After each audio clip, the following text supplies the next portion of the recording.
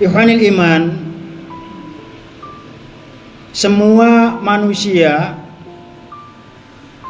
tak terlepas dari problematika kehidupan. Dan semua manusia di dunia ini pasti dimanapun berada itu mempunyai takdir bagi dirinya masing-masing. Akan tetapi Allah Subhanahu wa ta'ala memberi perintah kepada hambanya dalam Quran surat Al-Zariyat ayat 50. Allah berfirman, "Fafirru ilallah inni lakum minhu nadhirum mubin." Yang artinya berlarilah menuju Allah Subhanahu wa ta'ala, dan katakanlah Muhammad bahwasanya aku ini memberi peringatan yang jelas dari Allah Subhanahu wa ta'ala untukmu. Penggalan ayat 50 surat Az-Zariyat ini, Sayyid Qutb mengatakan fafiru itu diartikan lari kepada Allah Subhanahu wa ta'ala secepat mungkin. Kenapa demikian? Karena kehidupan manusia itu diiringi dengan problematika hidup, diiringi oleh kebutuhan-kebutuhan sesuai dengan kapasitas hidupnya masing-masing. Rakyat mempunyai kebutuhan, pemerintah, Dewan Perwakilan Rakyat mempunyai kebutuhan. Apalagi sekarang yang sangat lagi panas-panasnya, Dewan Perwakilan Rakyat minta 50 juta tunjangan per bulan untuk kontrakan. Ini kebutuhan wakil rakyat, wakil kita. Sekarang lagi panas-panasnya. Dan semua itu, kata Allah Subhanahu wa ta'ala, mempunyai problematika masing-masing.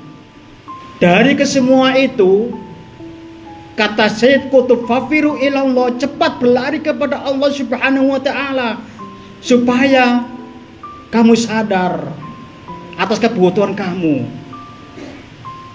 Dan ini peringatan dari Allah, kata Rasul Muhammad sallallahu alaihi wasallam, untuk wahai manusia. Itu pendapat Sayyid Qutb. Sedangkan fafiru, pendapat Ibnu Katsir menyatakan Allah tahu bahwasanya kehidupan manusia itu perlu tunjangan, perlu adanya kebutuhan, dan disitulah minta pertolongan kepada Allah dan bersandar dalam kehidupan kepada Allah Subhanahu wa ta'ala. Itu menurut tafsir Ibnu Katsir. Kata Ibnu Katsir, semua manusia itu punya problem masing-masing, punya ujian masing-masing, tapi mintalah pertolongan kepada Allah, bersandarlah dalam kehidupan kepada Allah Subhanahu wa ta'ala.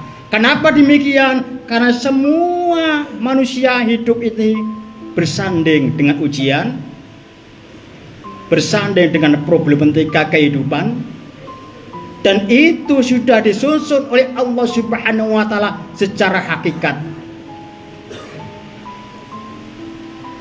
Maka di dalam Al-Quran surat Al-Imran ayat 54, wallahu khairul makirin, Allah sebaik-baiknya perancang. Mungkin disitulah sehingga Allah mengatakan bertendensilah kepada Allah, supaya ingat Allah itu yang mengatur segalanya. Kenapa Allah Subhanahu wa taala menandaskan bahwasanya Quran surat Al-Imran ayat 54 Allah sebaik-baiknya perancang supaya manusia sadar nasib itu digenggam oleh Allah Subhanahu wa taala, kebutuhan itu digenggam oleh Allah Subhanahu wa taala, rezeki itu digenggam oleh Allah Subhanahu wa taala, sehingga ikhlas atas pemberian rezeki. Dibutuhkan keikhlasan secara hakikat. Karena semua itu adalah ujian oleh Allah Subhanahu wa taala. Siapa yang ikhlas di sini akan dekat dengan pertolongan dan perlindungan oleh Allah Subhanahu wa taala. Gimana sih ikhlas itu? Para mufassirin, ikhlas itu terbagi menjadi dua. Pertama, dalam Al-Quran disebut dengan mukhlisin. Apa mukhlisin itu? Dalam setiap kehidupan, aktivitas, problematika kehidupan diiringi dengan ikhlas pada dirinya. Berusaha dirinya ikhlas, mencari rezeki, menerima rezeki ikhlas. Terus berusaha ikhlas sampai dengan akhir hayatnya. Itu namanya mukhlisin. Yang kedua adalah mukhlasin. Apa itu mukhlasin? Bahwasanya keikhlasan yang ada pada dirinya semata-mata bukan dirinya dalam keinginannya, tapi Allah yang menggerakkan keikhlasan, baik dalam ibadah, dalam bekerja, apapun bentuknya tentang ibadah, muamalah yang baik digerakkan oleh Allah Subhanahu wa taala.